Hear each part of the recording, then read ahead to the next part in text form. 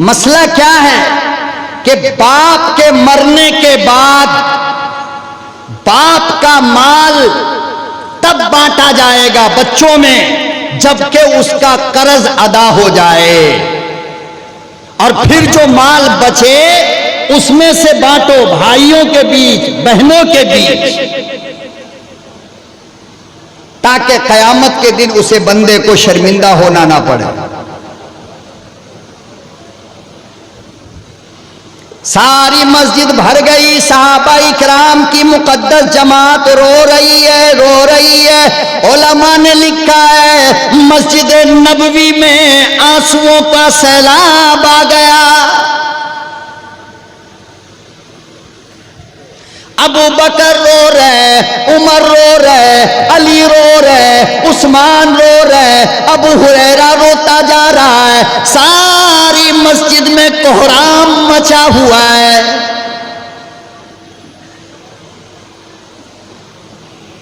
अल्लाह के नबी सल्लल्लाहु अलैहि वसल्लम ने फरमाया कि भाइयों, आप में से किसी का कोई हक मेरे जिम्मे है तो आप ले लो आकर के। खुदा की कसम सहाबा की नजर झुकी है, रो रो कर परेशान बने। पिछली सफ में एक बंदा था, वो खड़ा हो गया और कहने लगा, हां मेरा हक है। ग़ज़वा-ए उहद के मौके पर जब आप जा रहे थे तो मेरे पीठ पर आपका कोड़ा लग गया था। कोड़ा होता है ना मारने वाला, जो जानवर को हाँकने के लिए आप सल्लल्लाहु अलैहि वसल्लम लेकर गए, तो फरमाया कि आपका कोड़ा मेरी पीठ पर लग गया था, ये मेरा हक आपके यहां बाकी है। अल्लाहु अकबर। ये बात जब उसने कहा तो हजरत उमर गुस्से में खड़े हो गए। भाई चाय वाय को बाद में देख लोगे, 2 मिनट मुझे देख लो यार, छोड़ दीजिए।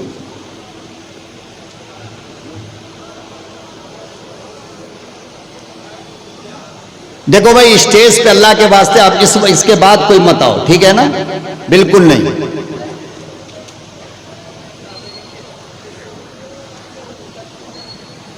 हजरत उमर खड़े हो गए, तलवार निकाली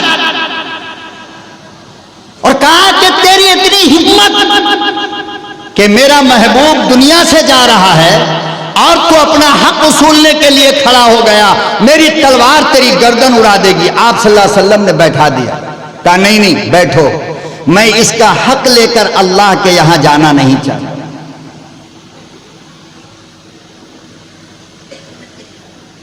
मैं इसका हक लेकर अल्लाह के यहां जाना, बोलो भाई, नहीं चाहता। फरमाया कि आओ। करीब आया।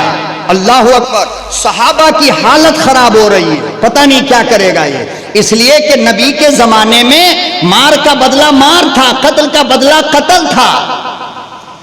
तो जाहिर बात है कि जब उसने ये कहा कि आपका कोड़ा मेरी पीठ पे लगा था, तो बदला क्या होता कि नबी की पीठ होती और सहाबी का हाथ होता और इतने बड़े मजमे के सामने नबी को मारा जाता। ये कैसे कोई बर्दाश्त कर सकता है? अल्लाह के नबी सल्लल्लाहु अलैहि वसल्लम ने फिर भी बुलाया, कहा कि आ जाओ भाई। आज हालत क्या है? लीडर का बेटा, डीलर का बेटा, नेता का बेटा, काउंसलर का बेटा, चेयरमैन का बेटा, मुखिया का बेटा, लाखपति का बेटा, करोड़पति का बेटा, पूरी बस्ती में जिस पर चाहे जुल्म करे, किसी की क्या हिम्मत की जबान खोल ले।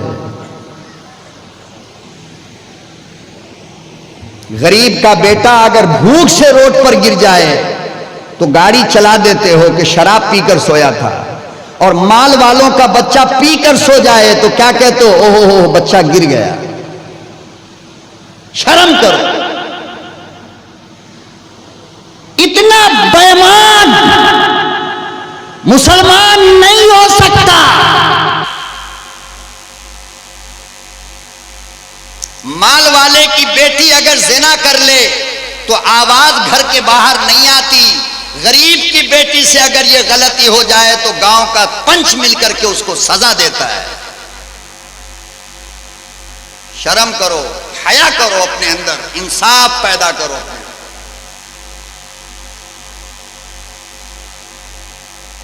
नबी ने फरमाया कि आओ।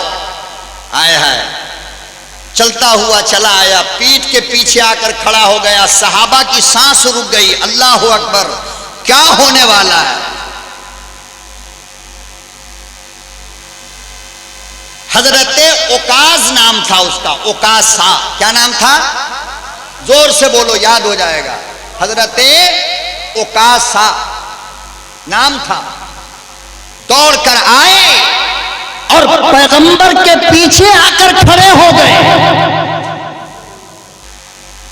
नबी ने अपना कोड़ा उसके हाथ में दिया और फरमाया कि मार, जिस तरह तुझे चोट लगी है। इसीलिए तो मैंने कहा कि अल्लाह के खजाने में जितना इंसाफ था, अल्लाह ने पूरा मेरे नबी को, जोर से बोलो, नबी को, कि कयामत तक मेरे नबी के जैसा इंसाफ करने वाला फिर कोई पैदा नहीं हो सकता है। क्यों? इसलिए कि अल्लाह ने अपना पूरा खजाना उठाकर आमना के लख्ते जिगर को दे दिया है। वो सहाबी पीछे आए, अबू बकर, उमर, दामाद मुस्तफा, दो दामाद बैठा है, उस्मान, अली। हिम्मत नहीं है किसी की। वो सहाबी पीछे गया, हाथ में कोड़ा लिया, सहाबा की सांस रुक गई। खुदा की कसम, जमाने की धड़कन रुक गई थी। ये क्या होने वाला है? आगे देखो, हजरत ओकासा ने कहा कि जिस वक्त आपका कोड़ा मेरी पीठ पे लगा है, मेरी पीठ खुली थी। क्या थी? आका सल्लल्लाहु अलैहि वसल्लम ने फौरन अपना कपड़ा उठाकर पीठ को खोल दिया।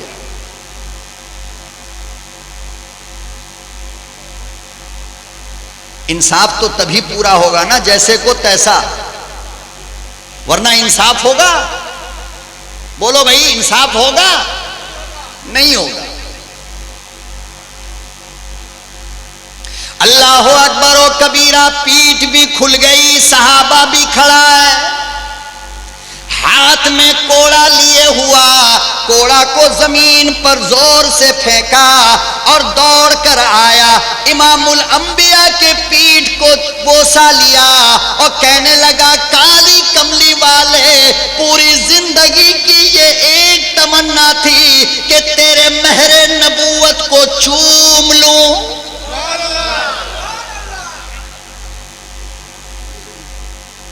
फरमाया, मेरी आरज़ू ये थी, मेरा शौक ये था, मेरा अरमान ये था कि तेरे महरे नबूवत को चूम लो, इसलिए कि मेरे पल्ले कुछ भी नहीं। लेकिन जब मैंने तेरे महरे नबूवत को चूमा, अब जहन्नम की आग हराम हो गई।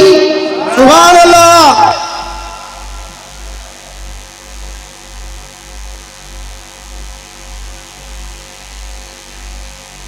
एक मर्तबा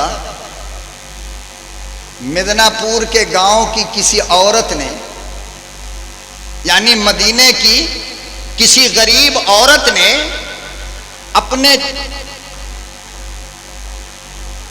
अपने चरखे से धागा बनाकर और खूबसूरत रुमाल बनाकर आप सल्लल्लाहु अलैहि वसल्लम को दिया हदिये में। पहले चरखा चलता था ना अपने इलाके में, हर तरफ चलता था, लोग खादी का कपड़ा बनाते थे, चादर वगैरह बनाते थे।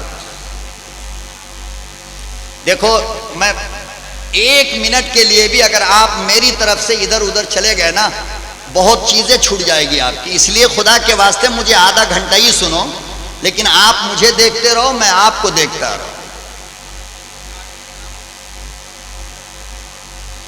जब महबूब का वीडियो कॉल आता है ना, ये कंजरी बाजारी औरतों की, बाजारी लड़कियों के जब वीडियो कॉल आते हैं ना, तो नौजवानों 1 सेकंड के लिए भी अपनी आंख हटाते हो? अरे झूठ मत बोलना, सच बोलो, हटाते हो? तो तुम्हारे महबूब से हम खराब हैं क्या? तो मुझे देख लो थोड़ी देर।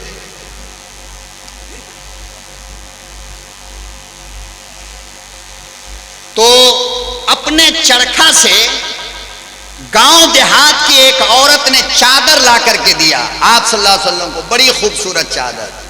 और चादर देने के बाद उसने कहा, मेरे महबूब, मेरी तमन्ना, मेरा शौक यह है कि आप जुमे के दिन इसको अपने सर पे बांध करके नमाज जुमा पढ़ा देना। आका सल्लल्लाहु अलैहि वसल्लम ने हदिया कबूल किया, नमाज जुमा के लिए तशरीफ ले गए तो अपने सर पे उसे क्या किया, बांध लिया आप सल्लल्लाहु अलैहि वसल्लम। अब जब नमाज बयान करने के लिए आप खड़े हुए तो सारे सहाबा नबी का चेहरा देख रहे हैं, नबी का चेहरा देख रहे हैं, तमाम के तमाम सहाबा।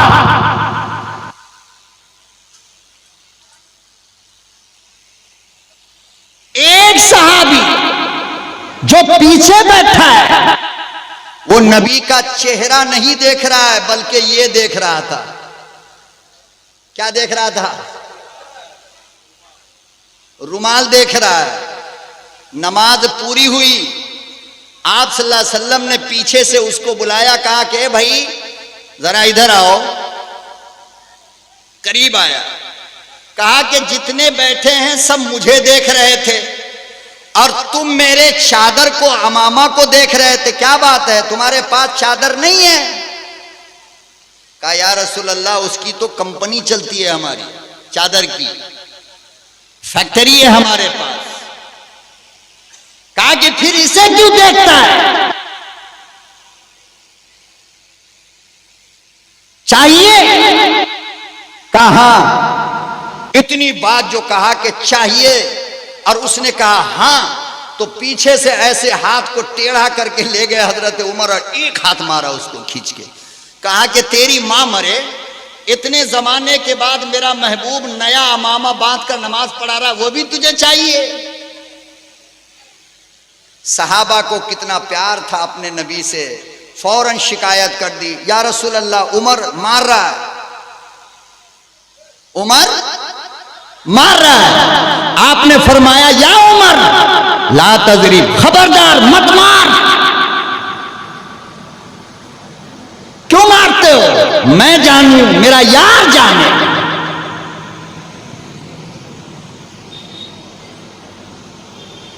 अल्लाह के नबी सल्लल्लाहु अलैहि वसल्लम ने वो चादर उतारी और उसके हवाले कर दिया। फिर आपने पूछा कि अच्छा अब तो बता कि जब तेरे पास चादर की फैक्ट्री है, चादर की कंपनी है, तो मेरी चादर पे तेरा दिल क्यों आया? अल्लाह अकबर। अब देखो उसकी अकल पे कुर्बान जाओ। कहने लगा, इमामुल अंबिया, चादर की कमी नहीं, माल की कमी नहीं, दौलत की कमी कोई नहीं, मगर आपने एक मर्तबा तकरीर में कहा था, आपने एक मर्तबा बयान में कहा था कि जो कपड़ा मेरे बदन को लग जाए जहन्नम की आग उस पे हराम होती है। मैंने ये चादर ले लिया, जब मेरी मौत का वक्त करीब आएगा मैं अपनी बीवी से कहूंगा, मुझे कफन ना देना, इसी चादर में दफन करना। सुभान अल्लाह।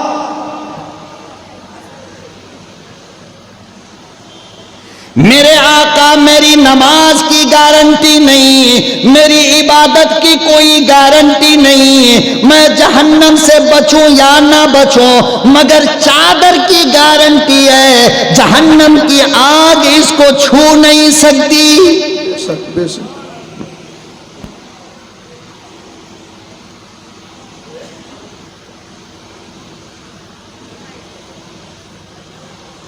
एक मर्तबा कुछ सहाबा की हजरत अनस के घर में दावत हुई। आप लोग परेशान तो नहीं हो रहे हो ना? मैं सही रास्ते पे जा रहा हूं? हाँ, रास्ता भटकने लगे तो जरा बोल देना है। हजरत अनस के घर में सहाबा की दावत हुई, बहुत सारे सहाबा थे। दस्तरखान लाकर जब बिछाया गया,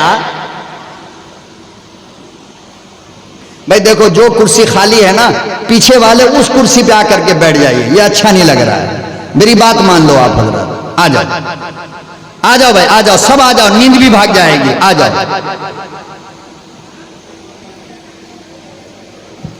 आ जाओ भाई, आ जाओ भाई, पूरा कर लो भाई अल्लाह के लिए। दुरूद शरीफ पढ़ते रहो और सामने आते रहो। अभी तो बयान शुरू ही नहीं हुआ है भाई, अभी आप परेशान हो जाओगे। आ जाओ, देखो ये सामने खाली, इधर भी खाली है बेटा, यहां आके बैठ जाओ। बल्कि स्टेज पे भी बहुत कुर्सी खाली है, यहां भी आके बैठ सकते हैं आप लोग।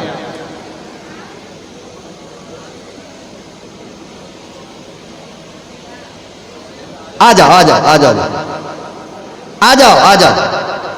जिनको जाना है वो जा सकते हैं, उनको रोकने की जरूरत नहीं है।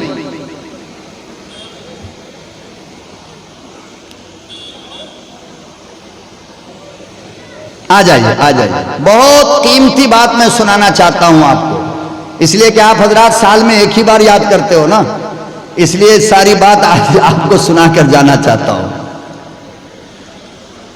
तो हजरत अनस ने दावत किया और दावत के लिए दस्तरखान जो लाकर बिछाया तो दस्तरखान गंदा था। कैसा था भाई? कैसा था? गंदा। तो एक सहाबी की जबान से यह जुमला निकल गया कि इतना गंदा दस्तरखान लगा दिया तुमने खाना खाने के लिए। हजरत अनस ने जल्दी से उस दस्तरखान को उठाया और जिस तंदूर में, तंदूर मालूम ना, रोटी जो बनती है, तंदूरी रोटी, तो जिस तंदूर में रोटी बन रही थी हजरत अनस गए और उस दस्तरखान को तंदूर में डाल दिया। थोड़ी देर के बाद जब निकाला तो दस्तरखान बिल्कुल साफ है। हमारा होता तो क्या होता? अरे बोलो, हमारा होता तो? इसलिए कि हम लोग सुबह से शाम तक बगैर जलाए जलते रहते हैं। कोई नई गाड़ी ले लिया तो जल गए, कोई अच्छा मकान बना लिया तो जल गए, किसी के घर में बेटा पैदा हो गया तो जल गए, किसी ने बकरे का गोश्त 2-4 किलो ले लिया थैले में तो जल गए, किसी ने अच्छा कपड़ा पहन लिया पड़ोस में तो जल गए। तो हम लोग को तो जलने की प्रैक्टिस है। बात सही है? सही है नहीं है? किसी के खेत में ज्यादा धान हो गया और किसी के बाजू में नहीं हुआ तो जल गया।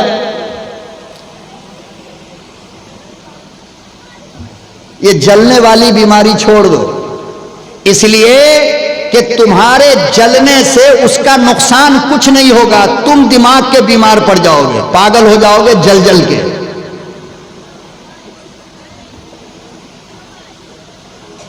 बल्कि आका सल्लल्लाहु अलैहि वसल्लम ने फरमाया कि जब किसी को कामयाब होता हुआ देखो तो दिल से दुआ दिया करो। उसका फायदा क्या होगा कि अल्लाह तुमको भी दे देगा, लेकिन जलने से दिमाग पागल होगा अलग, और जो पिटाई होगी वो अलग।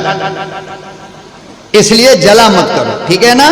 हाँ, ये हसद, जलन, बुग़्ज़, कीना, रियाकारी, ये सब दिल की बीमारी है, समझ रहे हैं ना? हाँ, इन चीजों से भी हार्ट अटैक होता है, याद रखना।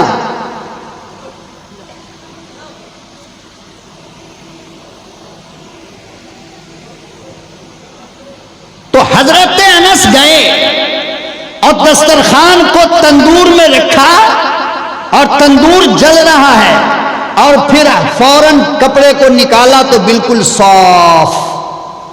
अब सहाबा परेशान कि या अल्लाह, अरे गंदे को धुलने के लिए पानी चाहिए, साबुन चाहिए।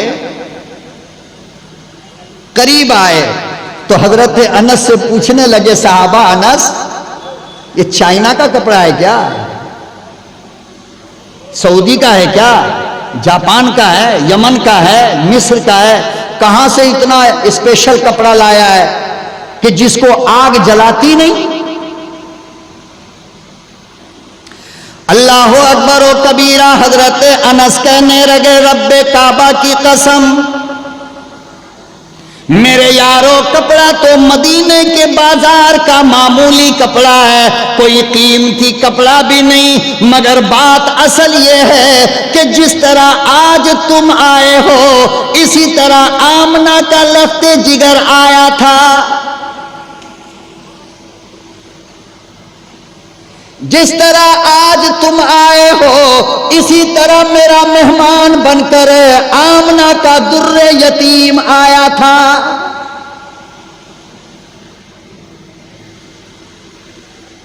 जिस तरह आज तुम आए हो इसी तरह मेरा मेहमान बनकर हजरत अली का ससुर आया था, हसनैन करीमैन का नाना आया था।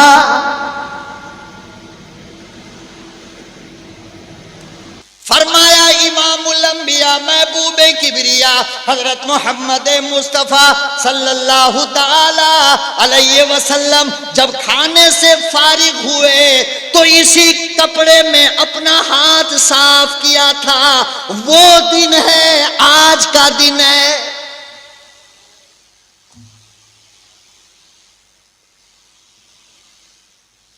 फरमाया एक मर्तबा आका सल्लल्लाहु अलैहि वसल्लम ने इस कपड़े में हाथ पोंछा था, उसके बाद से जब जब ये गंदा होता है मैं आग में डाल देता हूं, आग गंदगी को जला देती है, कपड़े को छूती नहीं। सुभान अल्लाह, सुभान अल्लाह।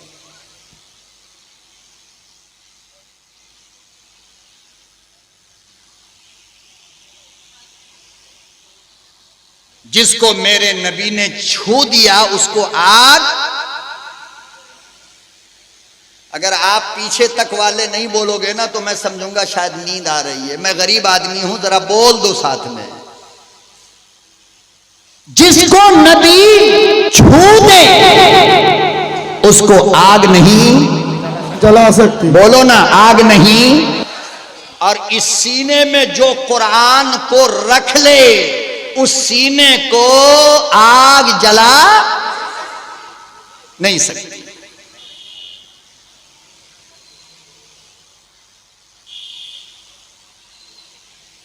जनाबे आयशा सिद्दीका रज़ी अल्लाह ताला अन्हा रोटी बना रही हैं, आका सल्लल्लाहु अलैहि वसल्लम पहुंच गए। फरमाया कि आयशा एक रोटी मैं भी बना दूं। आका सल्लल्लाहु अलैहि वसल्लम ने फरमाया एक रोटी मैं भी। देखो किससे कह रहे हैं, बोलो ना, किससे कह रहे हैं? नहीं बोलिएगा। अपनी बीवी से। वो पहले से रोटी बना रही है। आप सल्लल्लाहु अलैहि वसल्लम गए, फरमाया आयशा मैं भी एक रोटी बना दूं। यहां पर जितने लोग बैठे हो, किसी की शादी को 50 साल हो गया, किसी की शादी को 60 साल हो गया, किसी की शादी को 80 साल हो गया। कसम खाकर कहो आज तक आपने अपनी बीवी से इतना प्यार किया है? कभी आपने बीवी से कहा कि लाओ मैं झाड़ू दे दूं? मेरे नबी ने कहा है। किसी ने अपनी बीवी से आज तक ये कहा कि लाओ मैं चूल्हे में आग जलाऊं?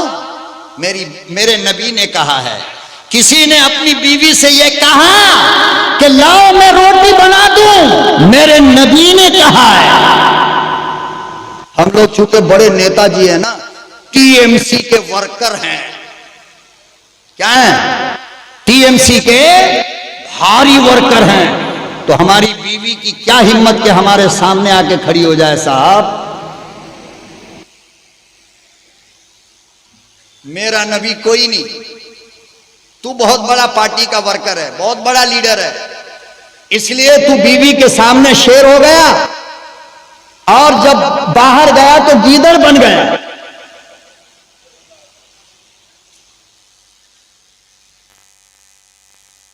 हजरत आयशा फरमाती हैं कि मेरे नबी का जूता जब टूट जाता तो फरमाते कि मैं खड़ी रहती और खुदा की कसम अपने हाथ से जूते को सिला करते थे। आका सल्लल्लाहु अलैहि वसल्लम। और ये कौन सा हाथ है ये जानते हो ना? जो यहां पे खड़ा होकर आसमान पर इशारा करे तो चांद का जिगर फट जाता है। जो सूखे हुए कुएं में उंगली डाल दे तो पानी उबल आता है। तो फरमाया कि आयशा, मैं रोटी बना दूं? अच्छा, कभी कभी आप सल्लल्लाहु अलैहि वसल्लम हजरत आयशा के साथ दौड़ का मुकाबला भी करते थे। आपको मालूम है ये बात? सच्ची बात बोलो, मालूम है? नहीं। दौड़ का मुकाबला। पता चला कि अपनी बीवी के साथ दौड़ना, मुकाबला करना, यह भी मेरे नबी जनाब रसूलुल्लाह सल्लल्लाहु अलैहि वसल्लम की सुन्नत है। अब दुनिया का कोई मुफ्ती तुम्हें मना नहीं कर सकता।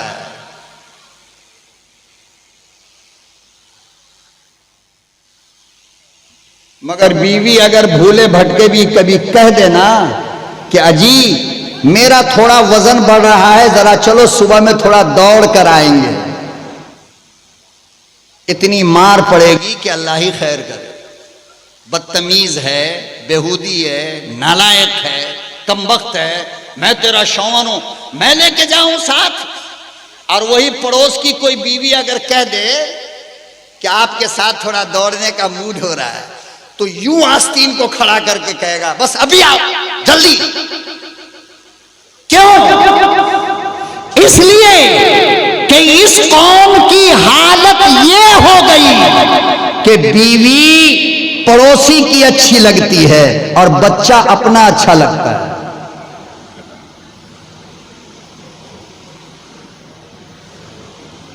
अपनी बीवी अच्छी नहीं लगती।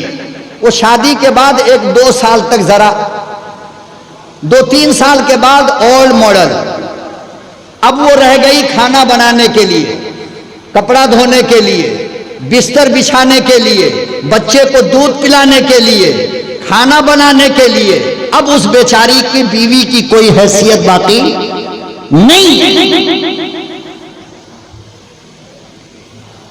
एक मर्तबा हजरत आयशा सिद्दीका रजी अल्लाह ताला अन्हा अपने सौतन के यहां से सुई मांग कर लाई और कपड़े सी रही थी। क्या कर रही थी? कपड़े सी रही थी कि अचानक चिराग बंद हो गया। चिराग, पूरे घर में अंधेरा छा गया, सुई नीचे गिर गई। और वो सुई थी किसकी? बोलो ना भाई, किसकी? तो सौतन से तो ऐसी 36 का आंकड़ा रहता है। डर से हालत खराब कि या अल्लाह अब सुई देंगे तो कहां से देंगे लाकर। शौबुल ईमान के अंदर यह वाकया लिखा हुआ है, जो हदीस की मुस्तनद किताब है, उसमें ही लिखा है। जनाबे आयशा सिद्दीका रजी अल्लाह ताला अन्हा परेशान थी कि या अल्लाह अब सुई कहां से लाएं, करे तो क्या करे। कि अचानक दरवाजे पे दस्तक हुआ, किसी ने दरवाजा खटखटाया। अम्मा ने अंदर से पूछा, कौन? जोर से। कैसे? अरे बोलो ना, या मीठी आवाज में कौन, ऐसे पूछी। कैसे आवाज लगाया?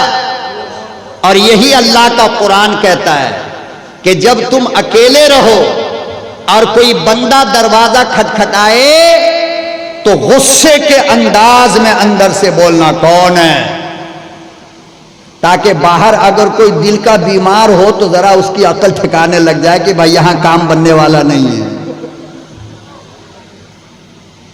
मेरी बात समझ रहे हो आप? पक्का? कल होटल पे बदनाम तो नहीं करोगे? मौलवी को बेकार बुलाया। चाय के होटल में बहुत डेंजर मीटिंग होती है सुबह में जी, बहुत खतरनाक। सूद खाने वाले सूदखोर कहेगा, मौलाना सब कुछ ठीक बोले मगर सूद के बारे में नहीं बोलना चाहिए था। जो दाढ़ी नहीं रखता वो कहेगा सब कुछ ठीक बोले, मगर दाढ़ी के बारे में इतनी बड़ी बात नहीं बोलना चाहिए। जो नमाज नहीं पढ़ता है वो कहेगा सब कुछ ठीक है, मगर नमाज के बारे में इतनी बड़ी बात नहीं बोलना। अरे भाई, जब कुछ बोलना ही नहीं था तो बुलाए काहे के लिए? अब डॉक्टर को बुलाया है तो ऑपरेशन तो होगा, दर्द बर्दाश्त करो।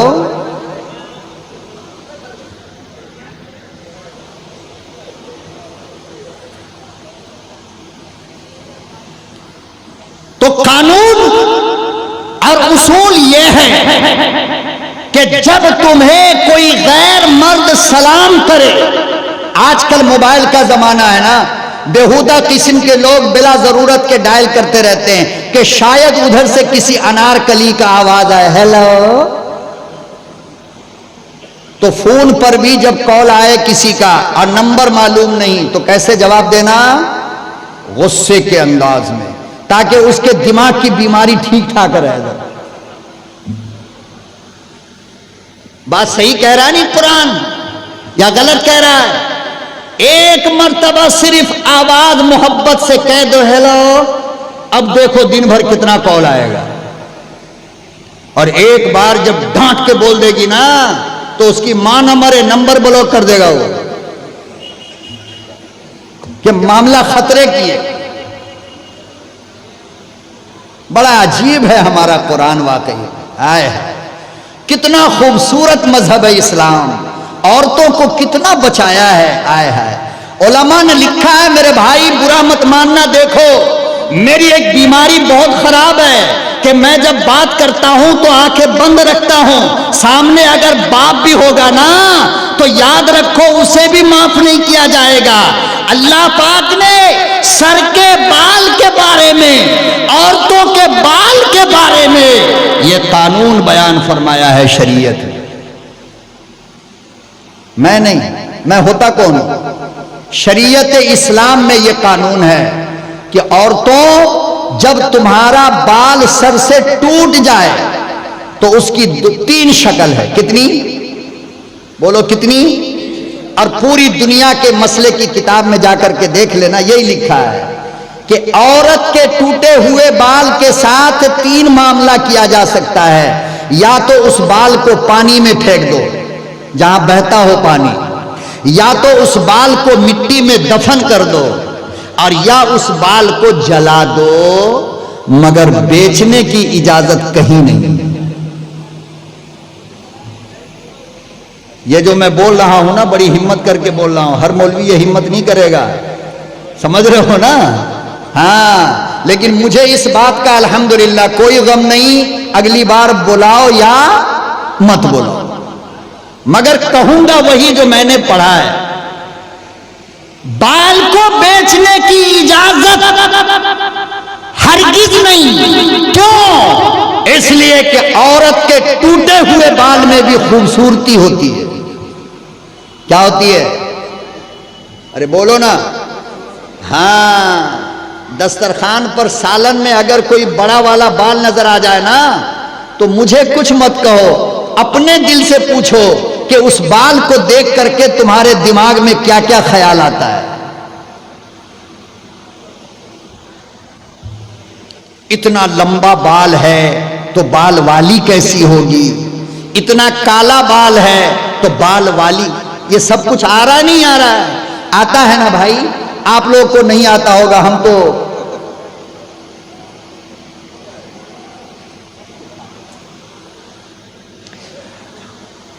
औरत को सर का बाल या तो दफन करना पड़ेगा, या आग में जलाना पड़ेगा, या पानी में बहाना पड़ेगा।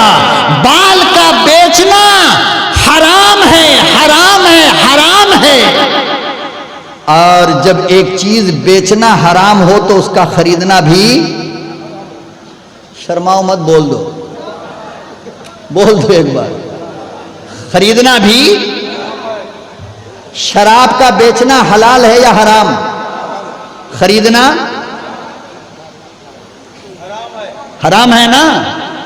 पेशाब को बोतल में डालकर बेचना तो खरीदना, याद रखना, जिस चीज का बेचना हराम होगा उसका खरीदना भी हराम होगा। इसके बाद हमसे ये मत कहना कि मौलाना हम लोग क्या करें, इसलिए कि आपने करने के वक्त नहीं पूछा कि मौलाना करे या ना करे।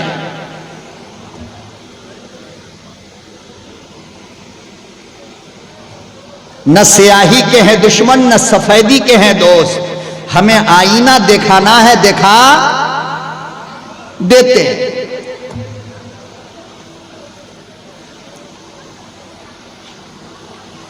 तो अम्मा ने फरमाया कौन? तो आका सल्लल्लाहु अलैहि वसल्लम दरवाजे पे खड़े थे। फरमाया या हुमैरा दरवाजा खोलो। या हुमैरा, ये बंदा सो रहा है, इसको जगा दीजिए, आपके पीछे वाला। उड़ जाए मौलाना, उड़ जाइए। या हुमैरा, देखो मेरी एक एक बात पे गौर करना आप, खुदा का वास्ता देकर कहता हूं। नाम क्या था? अम्मा का नाम क्या है? अरे बोलो क्या नाम है? और नबी क्या कह रहे हैं? हुमैरा। नाम है आयशा और कह क्या रहे हैं? या हुमैरा, ऐ हुमैरा मैं दरवाजा खोलो। अच्छा, कभी सिद्दीक अकबर ने हुमैरा कह के बुलाया? बोलो। 1,24,000 सहाबा में से किसी ने हुमैरा कह के बुलाया? हदीस की किसी किताब में हुमैरा करके रिवायत आपको मिली? नहीं मिली। मगर नबी क्या कह रहे हैं? हुमैरा। क्यों? क्यों? नबी की उम्मत हो तो जानना जरूरी है ना, ताकि आप भी अमल कर लो और सुन्नत का सवाब मिल जाए। नबी ने आयशा नहीं बल्कि हुमैरा कहा। पता यह चला कि अपनी बीवी के असल नाम से हटकर मोहब्बत का कोई अलग नाम देना, जिसको सिर्फ तुम पुकारो, यह भी नबी की सुन्नत है। तो आज से सब नाम चेंज करेगा इंशाअल्लाह। देखो अरे भाई, इसमें शर्माने की कौन सी बात है यार? मेरी बीवी, हम दूसरे की बीवी का नाम थोड़ी बदलने जा रहे हैं? नाजायज लड़कियों को, गलत औरतों को तो 1000 नाम देते हो। हर दिन के मैसेज में नया नाम रहेगा उनका। तो बीवी का कम से कम मोहब्बत में सुन्नत समझ के एक नाम रख लो। क्या मुसीबत है? नियत कर लो ना, सुन्नत का सवाब मिल जाएगा इंशाअल्लाह। हाँ, जिसकी शादी नहीं हुई ना, वो पहले तो हो इंशाअल्लाह।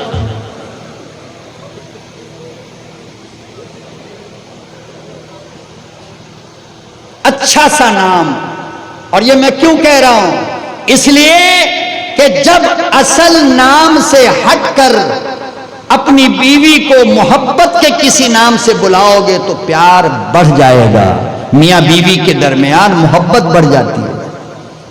यह राज है सुन्नत में।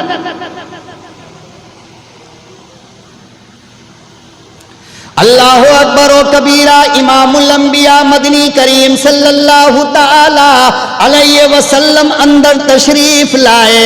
जनाबे आयशा सिद्दीका खड़ी हो गई और कहने लगी, मेरे महबूब जरा मुस्कुराओ।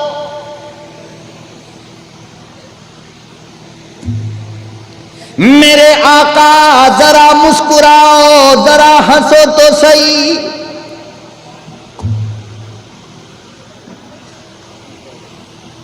हमारी बीवी आज कह सकती है, जब हम बाजार से घर में जाएं तो हमारी बीवी को हिम्मत है जो कहे कि हंसो। मार पड़ेगी कि नहीं पड़ेगी? बाजार में व्यापार नहीं हुआ, ये कह रही है हंसो। कारोबार नहीं हुआ, ये कह रही है हंसो। पेमेंट नहीं मिला, ये कह रही है हंसो। माल नहीं गया, ये कह रही है हंसो। अरे बाबा, तेरे बाजार से तेरी बीवी को मतलब क्या है? बाजार से बीवी को मतलब, बाजार की कहानी तू मकान के बाहर छोड़ के अंदर आ। इसलिए कि मकान प्यार के लिए होता है, मोहब्बत के लिए होता है, लड़ाई दंगे फसाद के लिए नहीं होता है।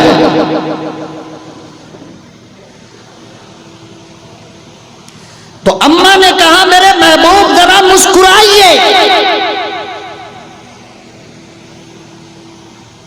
क्या बात है भाई, अचानक क्यों कह रही है मुस्कुराने के लिए? अब सुनो, सुई गुम हो गई थी ना, घर अंधेरा था ना, और हदीस में आता है, देखो गौर से मेरी तरफ देखो जरा, 2 मिनट देख लो भाई। हदीस में आता है कि आप सल्लल्लाहु अलैहि वसल्लम के जो ऊपर का ये दांत था ना, जो सामने का दांत चौड़ा होता है नहीं, तो आप सल्लल्लाहु अलैहि वसल्लम के ऊपर के दोनों दांत के बीच में गैप था, फासला था। क्या था? बहुत सारे लोगों के रहते हैं सामने वाली दांत के, और पुराने जमाने के लोग कहते हैं, कुरान हदीस की बात तो नहीं है, पुराने जमाने के लोग कहते हैं कि जिसके ऊपर के दांत के बीच में फासला हो वो पैसे वाला बहुत होता है। अब कहां तक सही है भाई हम नहीं जानते हैं, पुराने लोग कहते हैं। तो नबी के दोनों दांत के बीच में गैप था। अम्मा क्या कह रही हैं? मेरे आका मुस्कुराइए। जब आका मुस्कुराएंगे तो दांत क्या होगा? खुलेगा, और जब दांत खुलेगा तो हदीस में आता है कि आका सल्लल्लाहु अलैहि वसल्लम जब मुस्कुराते थे तो आपके दोनों दांत के बीच में जो गैप था, उस गैप से एक नूर निकलता था।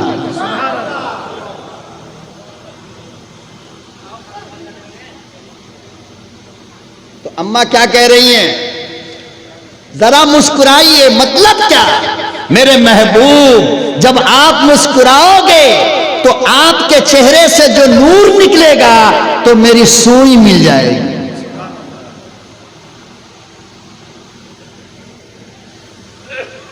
जब मियां बीवी के दरमियान मोहब्बत इतनी हो जाए तो खुदा की कसम तलाक की नौबत आ ही नहीं सकती।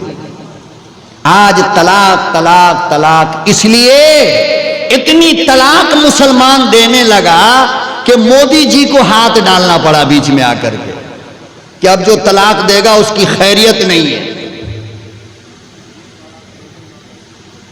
तो अम्मा रोटी बना रही थी, आप सल्लल्लाहु अलैहि वसल्लम तशरीफ ले गए। फरमाया कि आयशा एक रोटी मैं बना दूं?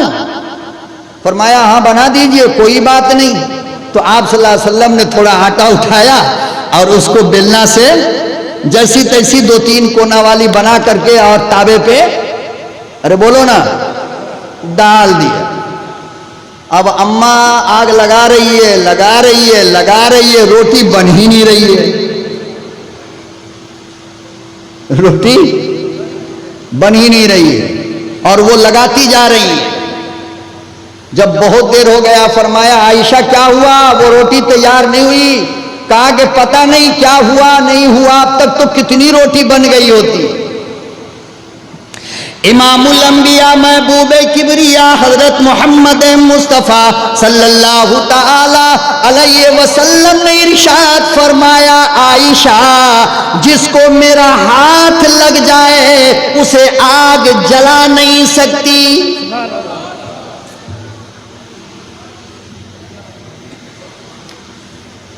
इसीलिए मैंने कहा कि अल्लाह पाक के खजाने में जितने कमालात थे, जितनी सदाकत थी, जितना अदल था, जितना इंसाफ था, अल्लाह पाक ने सबको उठाया, मेरे आका जनाबे रसूलुल्लाह सल्लल्लाहु अलैहि वसल्लम की झोली में डाल दिया और फरमाया, मेरे महबूब तुम आखिरी नबी हो।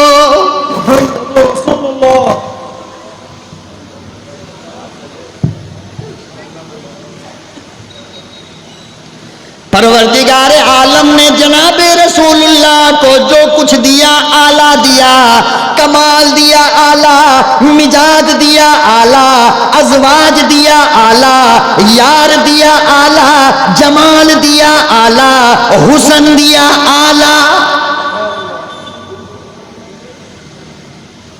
थोड़ी सी नबी के हुस्न की झलक दे दूं? आप बताएं भाई, दे दो? परेशान तो नहीं ना, नींद तो नहीं आ रही? अल्हम्दुलिल्लाह। थोड़ी सी झलक नबी के सारे हुस्न को अगर मैं बयान करूं तो ऐसे जल से 1 महीना कंटिन्यू करना पड़ेगा। क्यों? क्यों बोलो ना, क्यों? इसलिए कि उस जात के हुस्न को, उस जात की खूबसूरती को इंसान क्या बयान कर सकता है जिसके हुस्न को खुद अल्लाह बयान कर रहा हो।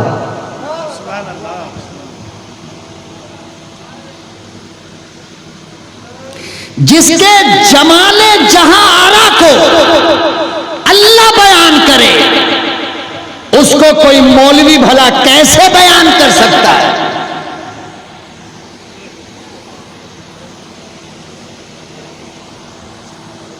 देखो, एक है चांद और एक है सूरज, एक है और एक है कुरान में अल्लाह ने चांद को सिराज कहा है। क्या कहा? और अल्लाह ने सूरज को सिराज कहा और चांद को मुनीर कहा। जोर से बोल दो ना, नींद भाग जाएगी। इसलिए बुला रहा हूं आपको, नहीं तो शैतान आएगा, आंख पे हाथ डाल के सुला देगा।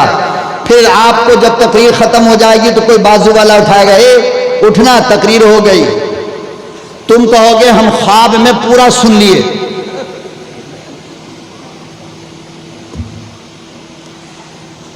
चांद, अल्लाह ने सूरज को सिराज कहा और चांद को मुनीर कहा। लेकिन जब बारी मेरे नबी की आई तो अल्लाह ने मेरे नबी को सिराज भी कहा और मुनीर भी कहा। क्यों? ए मेरे महबूब, आपके हुस्न का मुकाबला चांद सूरज दोनों मिलकर भी नहीं कर सकता।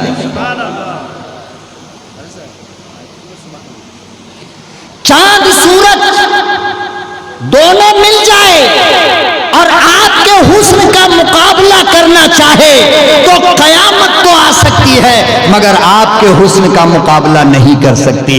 इसीलिए हजरत आयशा सिद्दीका कहती है कि जिसने हुस्न यूसुफ को देखा, मिस्र की औरतों ने अपनी उंगलियां काटी। मेरे महबूब को अगर देख लिया होता तो अपना दिल काट लेते। सुभान अल्लाह।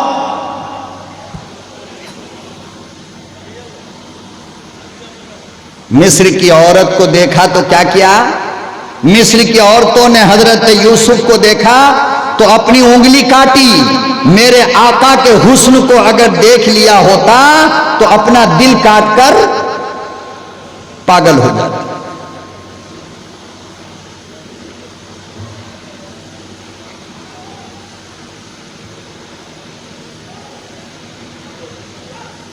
परवरदिगार आलम ने हुस्न के 100 हिस्से किए। कितने? 100 हिस्सा। 99 हिस्से को अल्लाह ने उठाया, अलग रख दिया।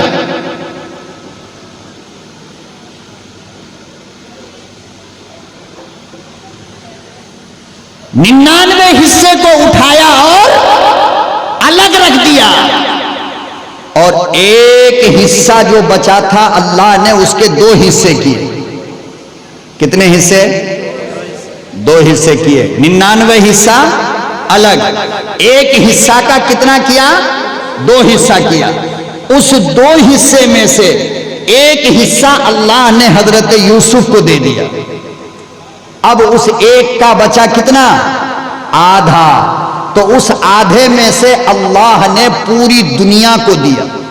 पूरी दुनिया को, मछली को, परिंदे को, इंसान को, चरिंदे को, पहाड़ को, समंदर को, जंगलात को, जानवर को, इंसान को, हैवानात को, नबातात को, जमादात को, आधे में से अल्लाह ने पूरी दुनिया को बांटा है।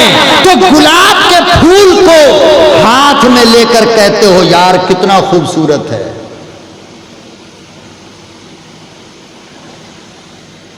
चांद को देखकर कहते हो यार कितना खूबसूरत है। सितारे को देखकर कहते हो यार कितना खूबसूरत है। हालांकि इसको मिला कितना? एक में के आधा में से मिला है।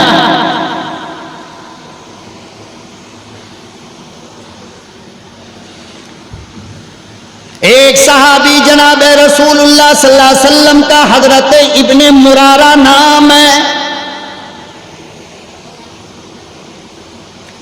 कहते हैं 14वीं रात का चांद आसमान पर निकला हुआ है और उसके नीचे जमीन पर आमना का चांद बैठा है।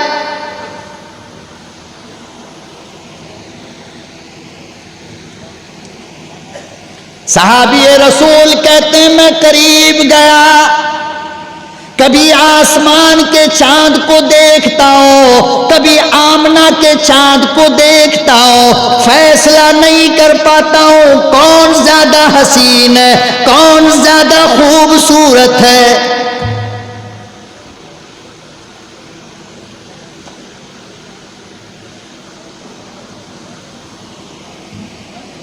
परेशान है किसके हुस्न की तारीफ करो। फिर हजरत इब्ने मुरारा कहते हैं मैंने गौर से नबी का चेहरा देखा, फिर गौर से मैंने चांद को देखा, चांद में मुझे ऐब नजर आया।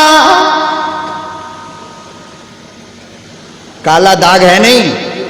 अरे बोलो ना, काला दाग है ना? हजरत इब्ने मुरारा कहते हैं उस चांद में ऐब नजर आया, मगर मेरे चांद में कोई ऐब नहीं। मैंने कहा ओ चांद, तू मेरे नबी के हुस्न का सदका लगता है। सुभान अल्लाह। इतने खूबसूरत थे मेरे नबी। हमारे यहां जब किसी को खूबसूरत बोला जाता है तो उसका मतलब क्या होता है? बहुत गोरी होगी, यही मतलब है ना? अरे बोलो ना, क्या मतलब है? बहुत गोरा होगा, बहुत गोरी होगी, ये मतलब है हुस्न का। तो क्या मेरे नबी गोरे थे? मेरे नबी गोरे थे? मेरे नबी काले थे? मेरा नबी न गोरा था न काला था, बल्कि सांवला रंग का था। कैसा? और तजर्बे की बात कह रहा हूं, सांवला रंग जो होता है ना, उस रंग में खूबसूरती गोरे के मुकाबले में ज्यादा पाई जाती है। ये नबी का रंग है, सांवला रंग।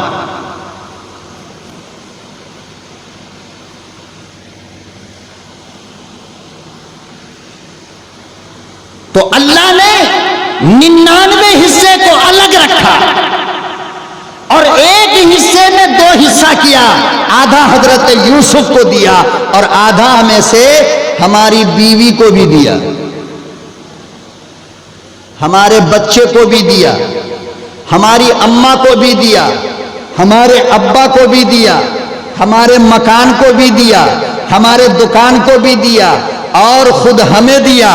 तो हम क्या कहते हैं कि पूरी बस्ती में हमारे बच्चे से ज्यादा खूबसूरत किसी का बच्चा, हमारी बीवी से ज्यादा खूबसूरत किसी की बीवी।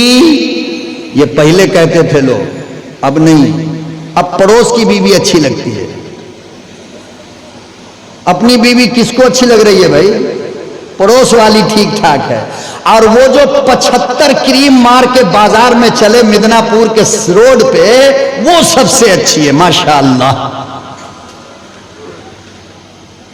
कभी करीब होकर के देख लेना, गधे के जैसी बदबू आ रही होगी, वो दूर से शाइनिंग मार रही है। मेकअप का कमाल है, ब्यूटी पार्लर।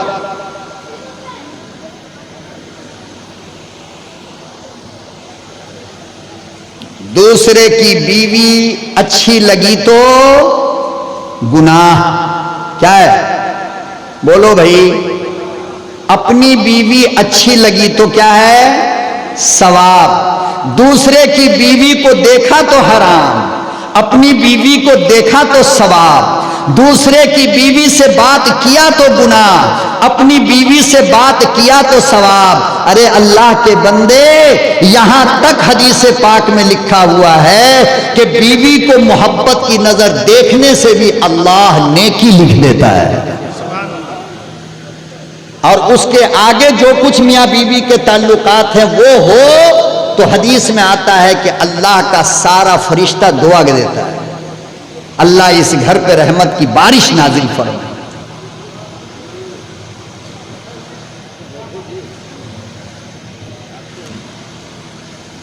तो आधे के आधे हुस्न में से हमारे बच्चे को मिला, मां को मिला, बीवी को मिला, बाप को मिला, घर मकान दुकान को मिला, तो कहते हो कि इससे ज्यादा खूबसूरत कोई नहीं। मैंने पूछा मेरे परवरदिगार, वो जो 99 हिस्सा अलग उठाकर रखा वो क्या किया आपने? तो अल्लाह पाक ने फरमाया वो 99 हिस्सा मैंने अपने मोहम्मद को दे दिया। किसको दे दिया? इसीलिए हदीस में आता है कि नबी के चेहरे पे जिसका चेहरा पड़ जाता था वो चेहरे को हटाना गवारा नहीं करता था कि इससे ज्यादा खूबसूरत दुनिया में और कुछ है ही नहीं।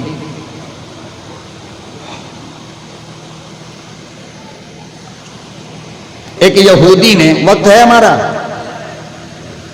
2:07 हुआ, मेरा दिल चाहता है एक वाकया और सुना दूं आपको, इजाजत है ना? थके नहीं ना? मैं जबरदस्ती बात करने का असल में आदी नहीं हूं। जब तक आदमी खुशी के साथ सुनता रहे सुनानी चाहिए। जब खुशी खत्म हो जाए तो फिर उल्टी हो जाएगी, बदहजमी हो जाएगी, फिर हम दवा कहां से लाएंगे? हाँ माशाअल्लाह। तो एक यहूदी ने अपने छोटे से बच्चे को पैसा दिया, बेटा बाजार जाकर के सौदा ले आओ, बाजार जाकर सौदा ले आओ। यहूदी का बच्चा है, मुसलमान का नहीं, जरा गौर करना, और बड़ा नहीं है बल्कि नाबालिग बच्चा है। क्या है? नाबालिग बच्चा। थैला लिया हाथ में, बाजार की तरफ रवाना हुआ। बाजार जा रहा था कि सामने से अब्दुल्ला का चांद आ रहा था। यानी हमारे और आपके प्यारे आका जनाब रसूलुल्लाह सल्लल्लाहु अलैहि वसल्लम। और आका सल्लल्लाहु अलैहि वसल्लम की एक आदत थी, ए बेटा घर में मोबाइल देख लोगे ना, यहां मुझे देख लो।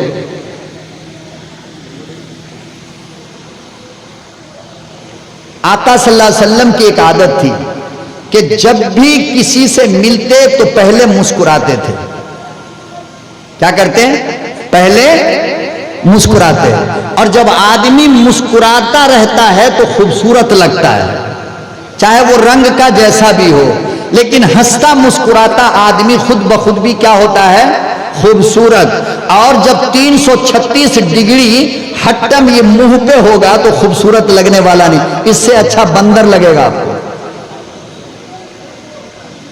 ईमान वाले के चेहरे पे गुस्सा अच्छा नहीं लगता है, ईमान वाले के चेहरे पे मुस्कुराहट अच्छी लगती है, खुशी अच्छी लगती है।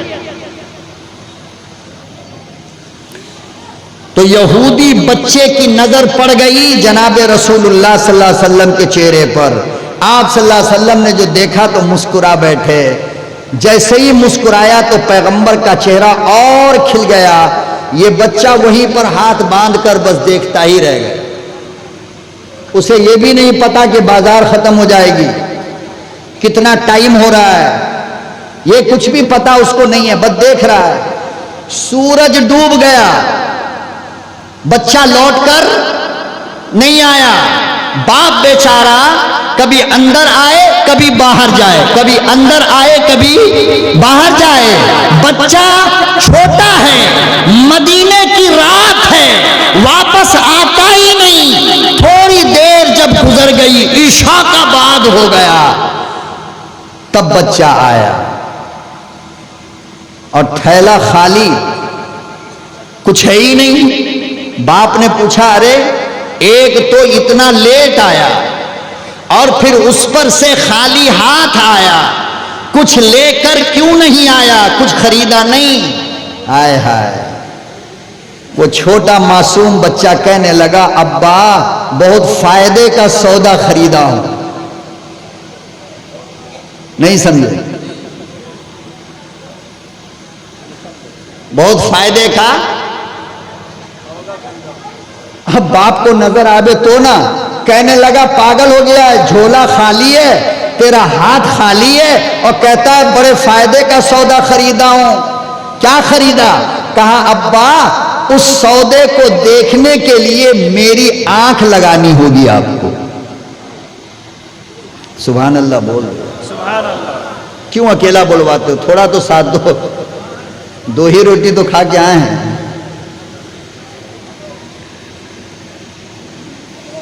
अब्बा मेरा वो कीमती सौदा अगर तुम देखना चाहते हो तो मेरी आंख से देखो, जब तक के मेरी आंख से देखोगे नहीं वो कीमती सौदा तुम्हें समझ में आएगा।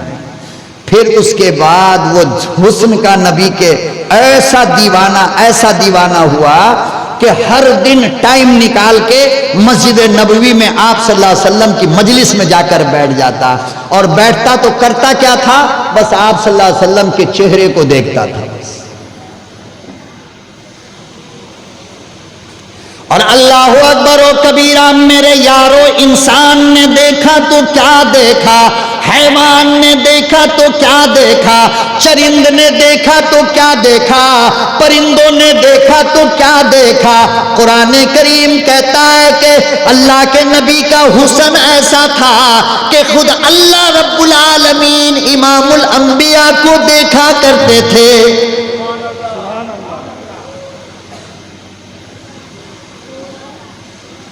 कुरान करीम कहता है कद नरा तक़ल्लुब वजहिका फिस्समा, मेरे महबूब जब तुम आसमान की तरफ देखते हो मैं तुम्हें देखता हूं।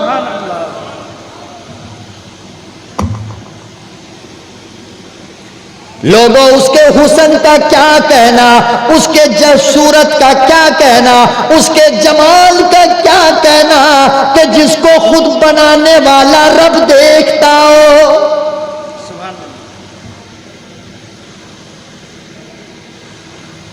कसम खुदा की कभी कभी जब हम पढ़ते हैं तो सोचते हैं कि अल्लाह ख्वाब में ही दिखा दे कम से कम। आमीन कहोगे तो क्या गुनाह होगा?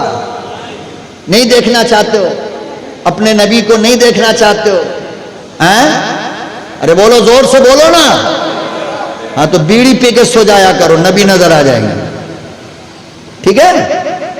खैनी रख के सोया करो, गुटखा खा के सो जाया करो, ऐशा की नमाज छोड़ के सोया करो, फजर में मत उठा करो, तो नबी नजर। नबी को देखना चाहते हो तो ऐशा की नमाज पढ़ के, नया वाइट कपड़ा पहन के, खूब इतर लगा के, दुरूद शरीफ पढ़ते पढ़ते पढ़ते पढ़ते सो जाओ। एक बार, दो बार, तीन बार, इंशाअल्लाह 40 दिन होते होते आका सल्लल्लाहु अलैहि वसल्लम जरूर आएंगे, जरूर आएंगे। मेरी बात मानो, लिख लो।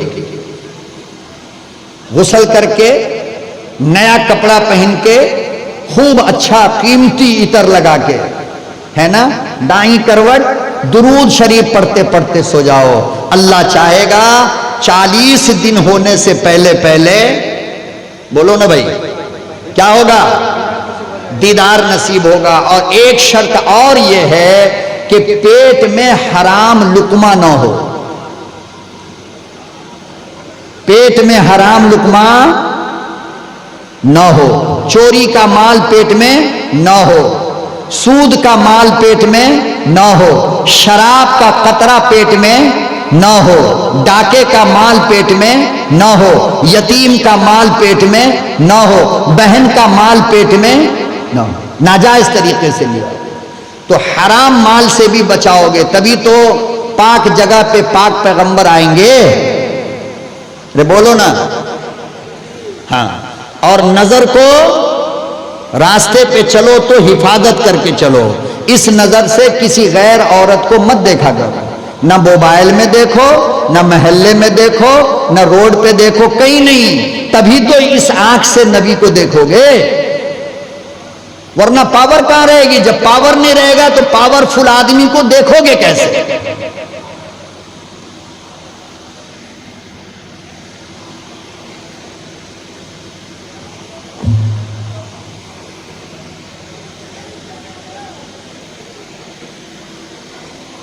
अल्लामा अनवर शाह कश्मीरी रहमतुल्लाह अलैह दारुल उलूम के बहुत बड़े मुहद्दिस गुजरे हैं, उस्ताद गुजरे हैं ना, नाम तो सुना होगा आप लोगों ने, अल्लामा अनवर शाह कश्मीरी रहमतुल्लाह अलैह।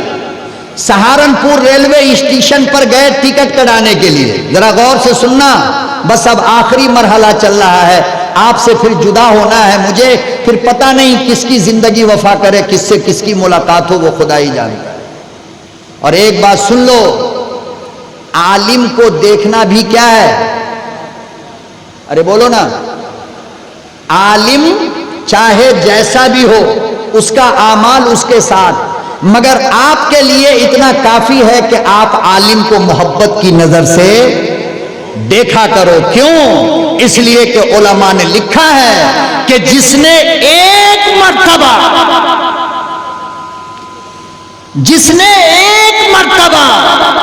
पूरी जिंदगी में किसी आलिम को मोहब्बत की नजर से देख लिया, वो काफिर होकर के नहीं मर सकता, ईमान वाला होकर मरेगा। कुफ्र पे उसकी मौत, ईमान पर खात्मा होगा। ये तो सिर्फ एक बार मोहब्बत से देखने का मसला है, और जिसको आलिम से मोहब्बत ही हो जाए, हैं? उसके साथ उठे बैठे खाए पिए सफर में जाए, हैं? तो फिर उसका क्या कहना साहब?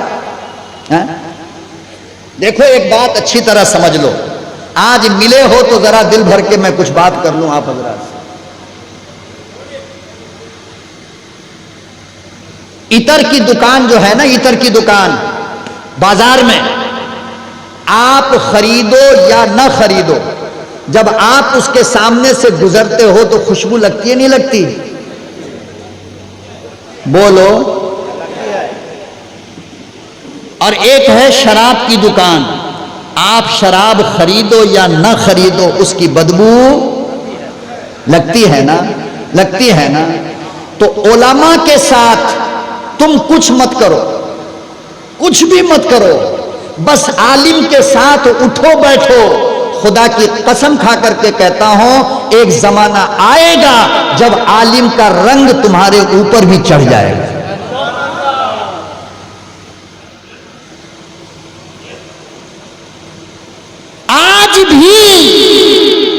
आज भी इलाहाबाद रेलवे स्टेशन पर एक जाम मिलता है, क्या कहते हैं उसको भाई? अमरूद को क्या कहते हैं आप? प्यारा। इलाहाबाद रेलवे स्टेशन पर आज भी एक प्यारा मिलता है। आप जब उस प्यारा को देखोगे तो कहोगे कि ये सेब है। क्या ये? रंग भी वैसा है, और जब हाथ में लोगे काटोगे तो खुशबू भी जाम की नहीं आती, प्यारा की नहीं आती, बल्कि खुशबू उसमें से किसकी आती है? सेब की आती है। मालूम करने पर उस दुकान वाले ने कहा कि मौलाना मसला यह है कि ये प्यारा का पेड़ जहां पे है, उसी के बाजू में एक सेब का पेड़ है, उस सेब की एक टहनी, एक ढाल प्यारा के पेड़ को लग करके गुजरा है। अल्लाह अकबर। प्यारा के पेड़ पर सेब की लकड़ी सट जाए तो प्यारा का रंग और खुशबू बदल जाती है। ऐ मुसलमानों, अगर तुम उलमा से सट जाओगे तो तुम्हारा रंग नहीं बदलेगा।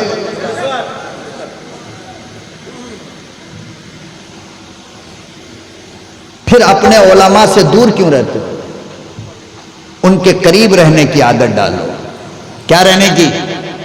रहोगे ना? हाँ। और उलमा को अपना दोस्त बनाओ। हर आदमी हाथ उठा करके कहो, उलमा को दोस्त बनाओ।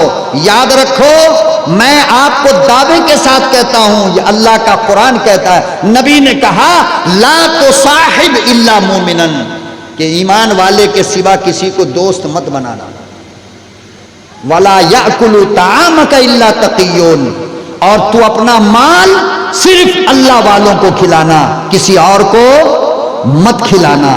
क्यों? फरमाया इसलिए कि अल्लाह वाला तेरा रात का खाना खाएगा तो उसे ताकत होगी, नमाज तहज्जुद में उठेगा तो इसका सवाब तुझे भी मिलेगा। चोर को खिलाएगा, वो तेरा खाना खाकर चोरी करेगा तो उसका गुनाह भी तुझे मिलेगा। इसलिए अपना माल भी नेक लोगों को खिलाया करो। किनको खिलाओ? नमाजी को खिलाओ, मुअज्जिन को खिलाओ, इमाम को खिलाओ, उलमा को खिलाओ। मुझे मत खिलाओ भाई, मैं हाथ जोड़ता हूं। अपने गांव के उलमा को इज्जत करो, उनका अदब करो, उनका एहतराम करो, उनका खुदा की कसम दुनिया भी बनेगी और आखिरत भी क्या होगी? संवर जाएगी। तो अल्लामा अनवर शाह कश्मीरी रेलवे स्टेशन पर टिकट लेने के लिए काउंटर पर गए। काउंटर पर, काउंटर के अंदर टिकट देने वाला पंजाबी था। कौन था? पंजाबी। जल्दी से बाहर निकला और बाहर निकलकर अल्लामा अनवर शाह कश्मीरी को ऐसे पकड़ा, आपके पेशानी को चूमा और कहने लगा कि शाह साहब, रेल का टिकट तो मैं बाद में दूंगा, पहले तुम मुझे जन्नत का टिकट दे दो। नहीं समझे? पहले तुम मुझे। अल्लामा अनवर शाह कश्मीरी रहमतुल्लाह अलैह ने फरमाया, क्या हुआ, क्या बात बनी, क्यों ये फैसला कर बैठे? वो कहने लगा, वो पंजाबी कहने लगा, ओ शाह साहब, तेरा हुस्न देखकर मेरा दिल कहता है ये सच्चे मजहब का मानने वाला है। सुभान अल्लाह। पंजाबी कहने लगा, मैंने किसी की जबान से सुना था कि ईमान का नूर चेहरे पे होता है। तेरे चेहरे पर मैंने ईमान का नूर देखा और मैंने ये फैसला किया कि जब तू इतना हसीन है तो मोहम्मद कितना हसीन होगा। सुभान अल्लाह। कहने लगा, शाह साहब, मैं ट्रेन का टिकट बाद में दूंगा, पहले तू मुझे जन्नत का टिकट दे। अशहदु अल्ला इलाहा इल्लल्लाह।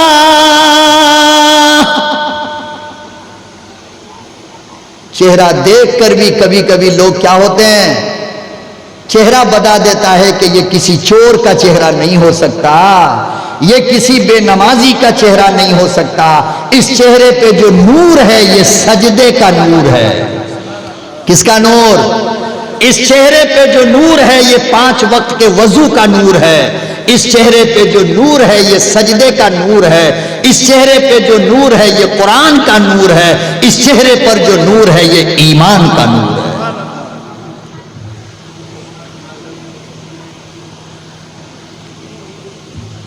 तो वो जो बच्चा था ना, याद है?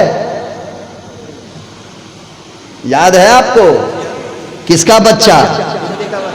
यहूदी का बच्चा। हम थोड़ा इधर उधर जाते हैं मगर लौटकर फिर हम भूलते नहीं, अल्हम्दुलिल्लाह, आप लोगों की दुआ की बरकत।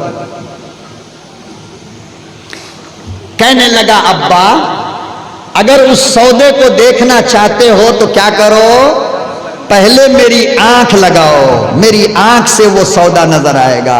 उसके बाद इतनी मोहब्बत आका सल्लल्लाहु अलैहि वसल्लम से इतनी मोहब्बत हो गई कि वो हर दिन, बस ये वाकया सुन लो, इंशाअल्लाह खत्म कर देता हूं, दुआ करा दूंगा इंशाअल्लाह। जी नहीं, सब सुनेंगे।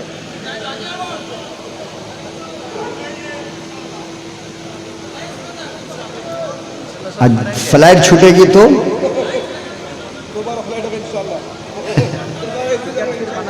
अल्लाह आपकी मोहब्बत को कबूल फरमा ले। मैं अल्लाह से दुआ करता हूँ कि अल्लाह हमें जन्नत में भी इसी तरह बैठ करने की तौफीक अता फरमाए। अल्लाह ताला ये सारे लोग मुझे देख रहे हैं, मैं इनको देख रहा हूं। अल्लाह हम सब के लिए आज की मुबारक रात में जन्नत का फैसला सुना। हमारी माँ बहन बेटियों के लिए भी मेरा अल्लाह जन्नत का फैसला सुना। अल्लाह कबूल फरमा ले आपकी मोहब्बत को। बहुत कम होता है कि इतने वक्त में लोग इस तरह से बेदार बैठे हो और सुनने के लिए तैयार हो, वरना नींद से समझौता कौन करता है साहब? हैं? मुर्दे के खाट पे आदमी सो जाता है। बहरहाल तो उस बच्चे ने कहा, हर दिन जाता और नबी के पास जाकर करता क्या, वो दूर बैठा हुआ खाली आका सल्लल्लाहु अलैहि वसल्लम का चेहरा देखा करता था, बस, और कुछ भी नहीं। कुछ दिन के बाद बच्चा बीमार पड़ गया और जब भी घर में आता तो हर वक्त बस एक ही नाम लेता था, एक ही नाम बाप के सामने, या मोहम्मद या मोहम्मद या मोहम्मद या मोहम्मद। और चूंकि बाप का इकलौता था तो बाप कुछ बोल भी नहीं सकता है, छोड़ दिया। बहुत शिद्दत की बुखार लगी, बच्चा बीमार पड़ गया। बाप भागा भागा अल्लाह के नबी सल्लल्लाहु अलैहि वसल्लम की खिदमत में गया और कहने लगा, ए मोहम्मद, आपको पता है कि हम आपको मानते नहीं हैं। देखो गौर करना जरा, हम आपको मानते नहीं हैं, मगर मेरा बच्चा आपसे बहुत ज्यादा मोहब्बत करता है और वो बीमार पड़ गया। ऐसा लगता है कि वो थोड़े दिन का मेहमान है। आप मेरे घर चलकर अपने दीवाने को देखोगे?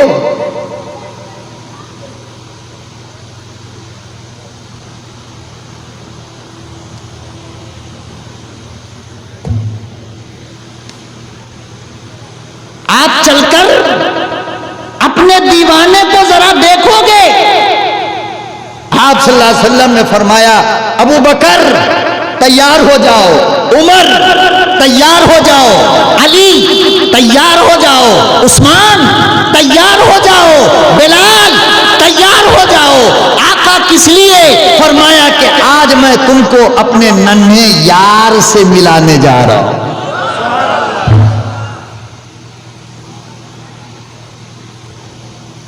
किससे?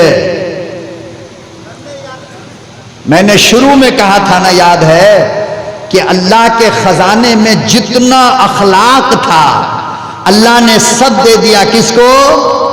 मेरे नबी को। इसीलिए दुनिया में कयामत तक मेरे नबी से ज्यादा अखलाक मोहब्बत वाला इंसान कोई फिर कभी भी नहीं आ सकता। कयामत तो आ सकती है, मेरे नबी से ज्यादा मोहब्बत वाला अखलाक वाला कोई नहीं आ सकता। मदीने के अंदर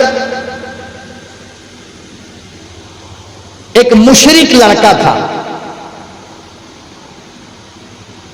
कौन था मुशरिक लड़का? छोटा सा था, जरा बड़ा हुआ, थोड़ी अकल आई। घर जो गया ना तो देखा कि मेरी अम्मा का जिस्म खुला है और फटे हुए दुपट्टे से मेरी मां ने अपने बदन का पर्दा कर रखा है। फटे हुए कपड़े से बदन का पर्दा कर रखा है। तो बच्चे को जरा होश आता है तो थोड़ी शर्मिंदगी होती है ना। तो बच्चा कहने लगा, मम्मी आपके जिस्म पे ये फटा हुआ कपड़ा देखकर मुझे बड़ी शर्म आ रही है, मैं जाता हूं अपने चाचा से आपके लिए कपड़ा मांग कर लाने जा रहा। मां कहने लगी, बेटा उसी चाचा ने तो तुझे यतीम किया और मुझे बेवा किया, तेरे बाप का दुश्मन है वो। मुझे डर लगता है कि कहीं तू जाए और तुझे भी जान से ना मार दे, इसलिए मेरे बच्चे मत जाओ। मासूम सा बच्चा कहने लगा, अम्मी इजाजत दो ना, मैं जाता हूं, इंशाअल्लाह मेरे चाचा मुझे कुछ नहीं कहेंगे, वो मुझ पे रहम खाएंगे। मां ने मना किया मगर बच्चा फिर भी गया। चाचा को जाकर कहने लगा कि चाचा, मैं आपके उस मरे हुए भाई का यतीम बेटा हूं, आज मैं इसलिए आपके दरवाजे पर आया हूं कि मेरी अम्मी के बदन पे कपड़ा नहीं। इतना जो सुना तो मारना शुरू कर दिया।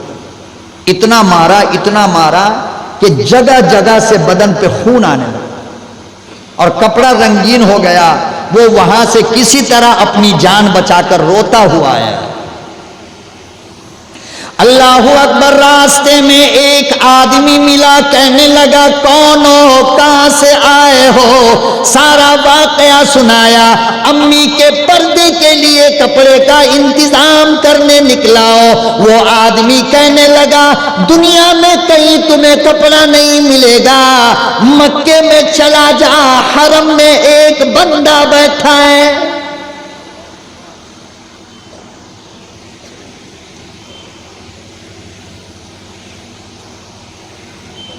हरम शरीफ में लगकर एक बंदा बैठा है। वो खुद को नबी कहता है, वो खुद को रसूल कहता है।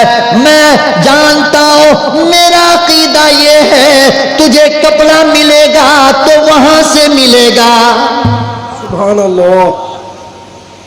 और अजीब बात है, ये कहने वाला भी कोई मुसलमान नहीं था, बल्कि कौन था?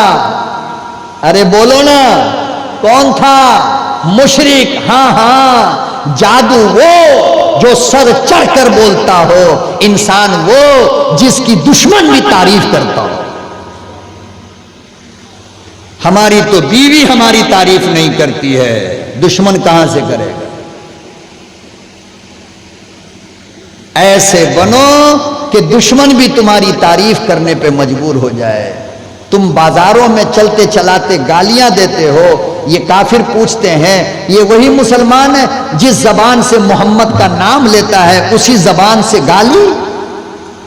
तौबा तौबा तौबा।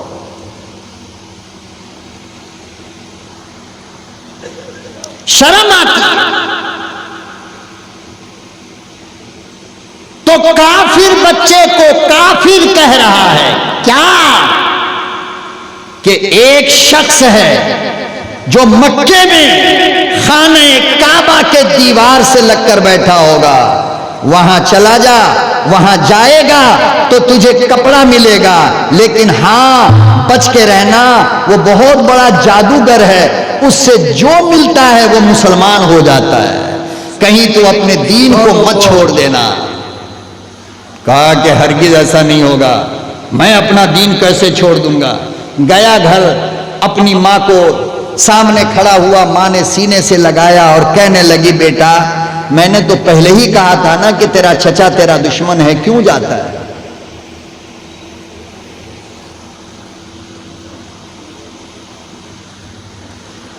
और फिर कहने लगा अम्मी, रास्ते में एक मुसाफिर मिला था, वो कहने लगा कि मक्के में एक बंदा है, मोहम्मद उसका नाम है, वो कपड़ा जरूर देगा, मेरी मम्मी इजाजत दो मैं कपड़ा लेकर आऊं। मां ने पकड़ लिया, कहने लगी बेटा हरगिज मत जाना, वो बहुत बड़ा जादूगर है, वहां जो जाता है वो अपना मजहब छोड़ देता है, वो मुसलमान बन जाता है।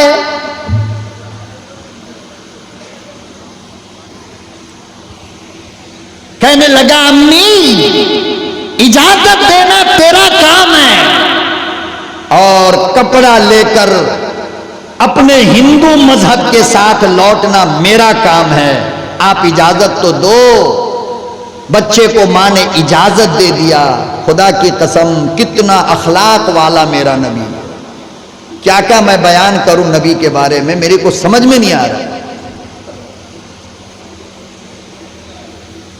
बंदा गया, जैसे ही हरम में दाखिल हुआ तो देखा कि खूबसूरत चेहरा, नूरानी चेहरा, चांद से भी आला औला अरफा, चमकता हुआ हसीन चेहरा, दीवार से टेक लगाए बैठा है।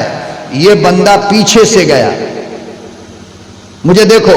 कहां से गया? सामने से नहीं गया ताकि चेहरे पे नजर ना पड़े, पीछे से गया।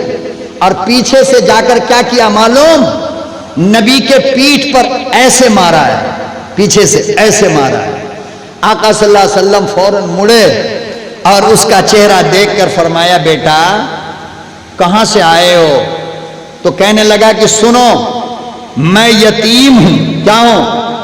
मैं यतीम हूं। मेरे आका ने फरमाया, तो क्या हुआ? मैं तो दुर्रे यतीम हूं, मैं भी यतीम हूं। बोलो क्यों आए? वाकया सुनाया। खुदा की कसम लिखा है कि आका सल्लल्लाहु अलैहि वसल्लम ने अपनी पगड़ी उतारी, अपना अमामा उतारा और उस बच्चे से कोई बात नहीं किया, बच्चे के हाथ में दिया और फरमाया कि ले जाकर अपनी अम्मी के जिस्म को ढांक दो, ये नबी का नबूवत वाला अमामा है। सुभान अल्लाह। अल्लाहु अकबर ओ कबीरा। बच्चा गया, दरवाजे पे खड़ा हुआ है, अम्मी दौड़ कर आई। बच्चा कहने लगा, मम्मी मेरा चाचा इसे होना था। मैंने दुनिया में बहुत लोग देखे मगर ऐसा नहीं देखा। सुभान अल्लाह। बहुत लोग देखे, मैंने दुनिया के लोग देखे मगर इतना अच्छा नहीं देखा। मां कहने लगी, बेटा धर्म तो बदला नहीं, कलमा तो पढ़ा नहीं। बेटा कहने लगा, मम्मी अब तक तो पढ़ा नहीं, पढ़ने का मूड बन गया। सुभान अल्लाह। नारे तकबीर, नारे तकबीर, नारे तकबीर। फरमाया, बेटा मुराद लेकर गया था, क्या बात हुई? बच्चे ने कपड़ा निकाला, मम्मी के सामने रखा। अम्मी ने कपड़े को लिया, अमामा को लिया, आंख से लगाया, होंठ से चूमा और कहने लगी, बेटा इस चादर से नबूवत की खुशबू आ रही है। अब बेटा तू अकेला नहीं, तेरी अम्मा भी जाएगी। और गई है और दोनों ने कलमा पढ़ा है।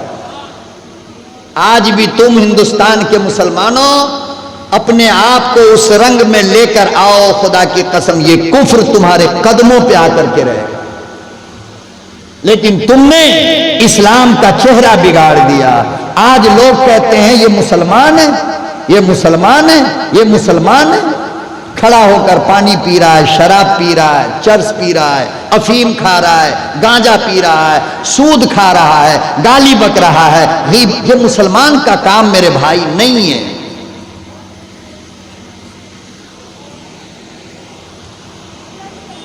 मुसलमान ऐसा नहीं होता। मुसलमान ऐसा होता है कि जिसको देखकर दुनिया दीवानी बन जाए। बहरहाल आप सल्लल्लाहु अलैहि वसल्लम ने तमाम सहाबा को लिया, फरमाया अबू बकर ने, मेरे महबूब कहां चलेंगे? कहा कि छोटे यार से मिलाने लेकर जा रहा हूं। बच्चा किसका है? खुद बच्चा क्या है? यहूदी है या मुसलमान है? यहूदी है। आप सल्लल्लाहु अलैहि वसल्लम उसके घर पे तशरीफ ले गए। हाय, हदीस में लिखा है कि नबी आहिस्ता आहिस्ता उसके सरहाने में गए, आका सल्लल्लाहु अलैहि वसल्लम, और सिरहाने के पास बैठे और नबूवत वाला अपना ये हाथ उसके पेशानी पे ऐसे रखा है प्यार से। जैसे ही रखा, बच्चे ने फौरन आंख खोला, आंख खोल करके देखा कि मेरा महबूब मेरे सरहाने में बैठा हुआ है। सुभान अल्लाह।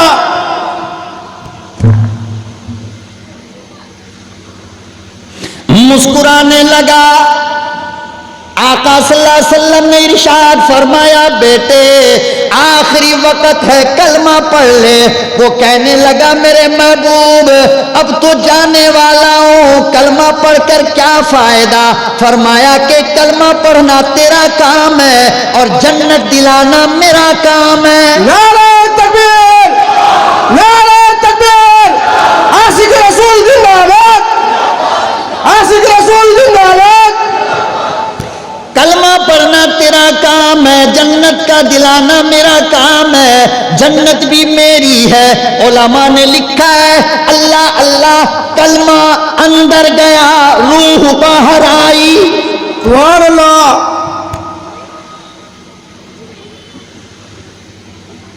क्या कहते हो, नमाज लेके जाएगी जन्नत में? ओ नमाजी साहब, नमाज ले जाएगी जन्नत में? ये तो नमाज नहीं पढ़ा है। पढ़ा है? अभी तो कलमा अंदर गया और रूह, तो कलमा पढ़ने के बाद नमाज पढ़ा है, लेकिन जन्नत में जा रहा है। पता ये चला कि इस कलमे को अगर अपना जेवर बना लोगे, अपने माथे का बिंदिया बना लोगे, अपनी आंखों का काजल बना लोगे, अपने होंठ की लिपस्टिक बना लोगे, अपनी जबान का मिठास बना लोगे, तो खुदा की कसम ये कलमा जरूर लेकर जाएगा। सुभान अल्लाह, सुभान अल्लाह। इतना पावरफुल कलमा है ये, जरूर लेकर जाएगा। रूह निकल गई, बाप आया उस बच्चे का और आकर कहने लगा कि मोहम्मद अब तो ये आपकी जमात का है, मेरा तो है नहीं, लिहाजा इसे आप ही ले जाकर कफन दफन करो। अल्लाहु अकबर व कबीरा। अंदाजा लगा, चारपाई पर बच्चे को रखा गया। फरमाया, अबू बकर एक कोने पर तुम आओ, उमर एक कोने पर तुम जाओ, उस्मान एक कोने पर तुम जाओ, अली एक कोने पर तुम जाओ। आसमान की आंख ने देखा, दुनिया का ये पहला जनाजा है जिसे इस्लाम के 4 खलीफा ने उठाया। सुभान अल्लाह।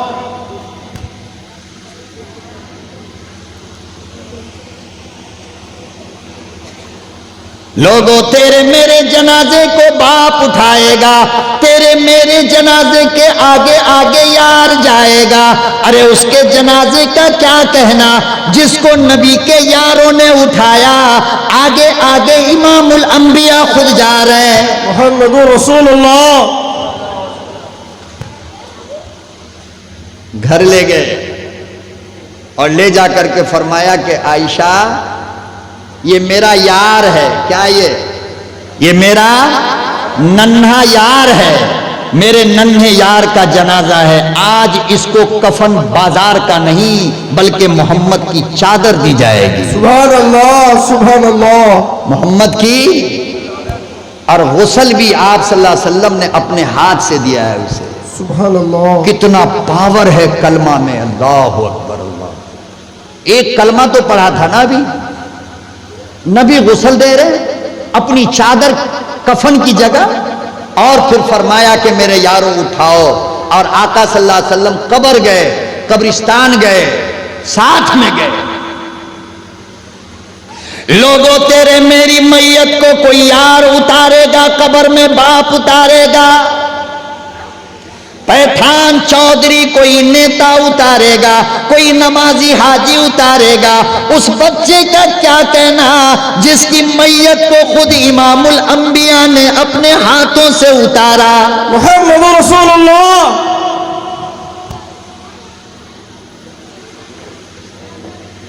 और सहाबा इकराम कहते हैं आका खुद कब्र में उतरे और एक मंजर सहाबा इकराम ने बड़ा अजीब देखा। क्या देखा मालूम? बड़ी काम की बात कह रहा हूं, जरा गौर से सुन लो, आखिरी मरहला है, काम आएगा। सहाबा कहते हैं कि मैंने एक बात अजीब देखी। क्या? कब्र के अंदर नबी के सिवा कोई है नहीं, मगर आका सल्लल्लाहु अलैहि वसल्लम कब्र में पंजे पर खड़े हैं। कैसे? ये जो पंजा है नी, अरे पंजा जानते हो ना, सामने की उंगली ऐसे खड़े हैं और इसी तरह पूरे कब्र में चल रहे हैं, पूरा पांव भी नहीं रख रहे हैं। जब आप बाहर आए, दफन हो गई मैयत, तो सहाबी रसूल ने पूछा, अल्लाह के नबी, एक बात मैंने आज बड़ा अजीब देखा है, कब्र में आपके सिवा तो कोई थे नहीं, मगर आप पूरा पंजा रख करके क्यों नहीं चल रहे थे, उंगली पे क्यों चल रहे थे? आका सल्लल्लाहु ताला अलैहि वसल्लम ने इरशाद फरमाया, मेरे यारो तुम्हें क्या बताऊं, उस यार के जनाजे को कब्र में उतारने के लिए आसमान से नूरी फरिश्तों की जमात आ गई थी। सुभान अल्लाह। पूरी कब्र फरिश्तों से भरी थी। मैं बच बच के इसलिए चलता था कि कहीं मेरा पांव जिब्राइल को न लग जाए। सुभान अल्लाह।